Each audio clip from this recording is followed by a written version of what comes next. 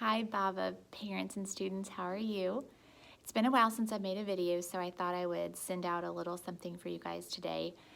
First of all, I want to say for Studies Weekly, this is only for 3rd through 5th grade. We are going to go ahead and close out November. I think it was weeks 1 through 5. So if you haven't done weeks 1 through 5 yet from November, or if you need to do a retake on one of them, you'll have to contact me via email or you'll have to call me and I'll reopen it for you. Unfortunately, we have, as teachers, we have to open up every single lesson to see who has taken a test or retaken a test. So right now that's up to 20 lessons for kids who have really sped through this last few days and done a lot of them. So every single time I have to open up lesson 1, lesson 2, lesson 3, lesson 4, lesson 5, all the way through to see, did anyone do anything new? And then I have to open up 4th grade lessons 1 through 15 to see if anyone did anything new. It takes a really long time. They don't have an alert for like, hey, you got a new assignment to grade, teacher. They don't have that. It's just me or all of us virtual teachers looking every single time. That's why I pretty much only grade them on Fridays because I don't want to spend every day. It takes about an hour just to open them and see. But it's kind of like Christmas. Did anybody do any work? Okay, so then another thing I wanted to talk about was blank assignments. And I was one of the people who kind of demanded that we have some kind of regulation on this. And I'm not talking about an occasional accidental blank assignment. I'm also not talking about if the Edmonton program is being weird or being mean and suddenly doesn't accept your upload. Just let me know and email it to me. Or if I see it and it's blank and you hardly ever turn in a blank assignment, I'm just going to send it back to you. If you turn in 2 or 3 or 4 right in a row, I'm going to send your parents an email and I'm going to give you a 0 on them and have you contact me when you're ready. You know, maybe the 2nd grader at home by himself is just pushing submit, and he's turned in 5 or 6 blank assignments. His mom and dad need to tell me, hey, we're ready now. You know, I'm sorry, we left him alone and he just went submit crazy. I'm going to give you those retakes. What we're seeing is there's a very small amount of people who are turning in 30 assignments in 20 minutes. And then I get to go in and open up every single one of those, which takes time. You know what it's like when you're waiting for a program or something to load. That's what it's like when assignments are loading. There's a little spinning load thing that comes on, and we wait for it to pop up, and then we look, and it's blank. And then I have to go to the retake box and copy it. And I've got it copied and ready to go, and it says, hey, this is blank and nothing's uploaded. Would you please let me know when you're ready, or please go ahead and take this retake, or whichever I'm doing. You know, retake, or I'm making them just have a 0 and they have to ask me. Okay, then that person's going to have to tell me which assignment to open up. Like if I've told them, you're just going to have to ask me when you're ready for it. I get an email about it, and it's got to have every single one of those assignments listed, all 30 of them. And then I have to go back in and I have to go ahead and open them all back up. And I want you to take a big guess as to what sometimes happens after I've gone in and opened up a ton of assignments for the same types of, same people. It's blank again. And it's not because they don't know how to do it. I'm not talking about the machine as being kind of a jerk. I'm not talking about it's September and I don't know what to do and my teacher hasn't shown me. It's almost February, and I'll spend an hour telling someone, hey, this is blank, this is blank, this is still blank, this is still blank, this is blank, this is blank. And then they'll send me some more blanks. So it feels like a kind of a spit in the face.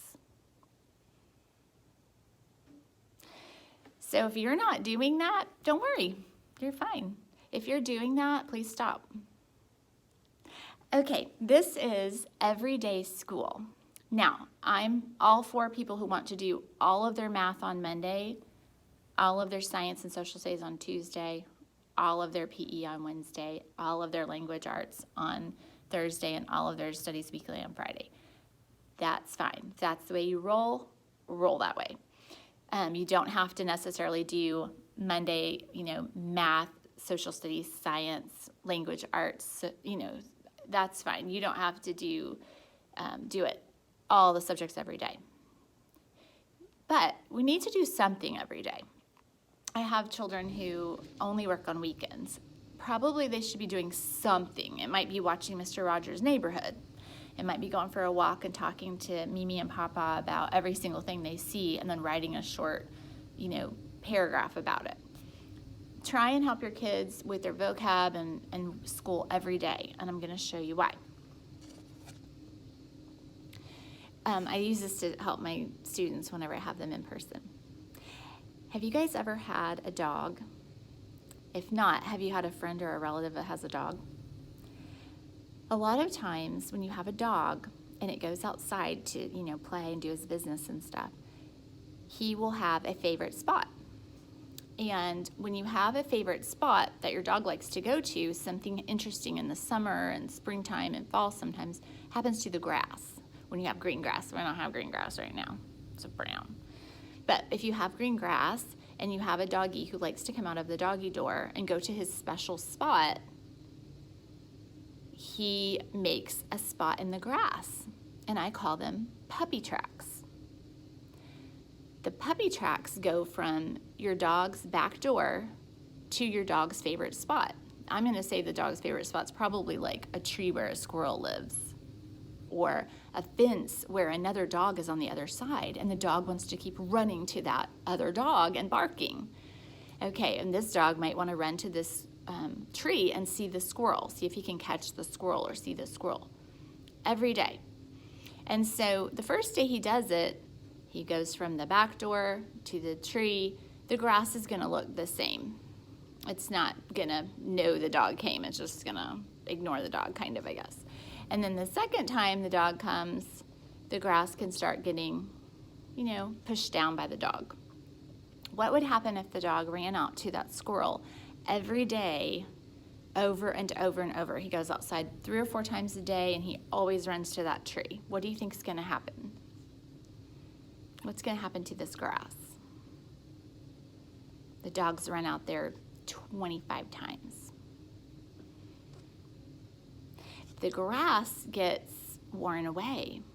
The dog runs out the door and he's like, "Is there a squirrel?" And he looks, no squirrel, and he runs back. Okay, or his favorite place to go to the bathroom. Okay, the place he saw a cat last week, and he just keeps running to that place. And it makes a track. It wears away the grass and makes a track. That's what our brains are like. If we think of something and we only have heard this thing one time, like your great-great-aunt's birthday, and you've only heard it one time, probably nothing's going to happen. It doesn't even push the grass down. You're just going to kind of, boop, let that go. But if you think about it and you write it on your calendar and you talk to your mom about it, when's great-great Eunice's birthday? Oh, it's January 28th. Oh my gosh, we're going to go to a party. She's turning 100. Oh my goodness. You're going to start building a little bit of a memory. Hey, January 28th is just a couple days after my kid's birthday. I kind of remember when that is. Her birthday's 2 days after my kid's birthday. I'm going to write it on my calendar. That's going to build that puppy track. I'm going to send her a card. I'm going to write the date on the card. That's going to build that puppy track.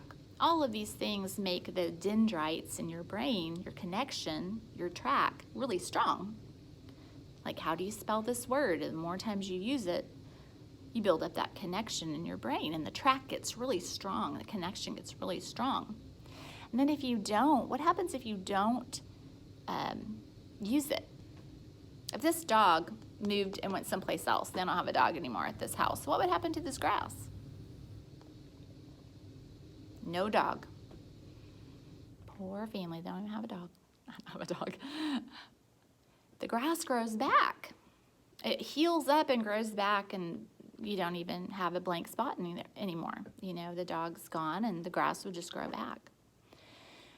Well, in your mind, if you don't think about Aunt Eunice's birthday and the date of it for years and years and you've never talked about it again, you might kind of forget. I don't really remember remember what day it was. I don't know. And that's what happens in your brain when you don't think about things regularly.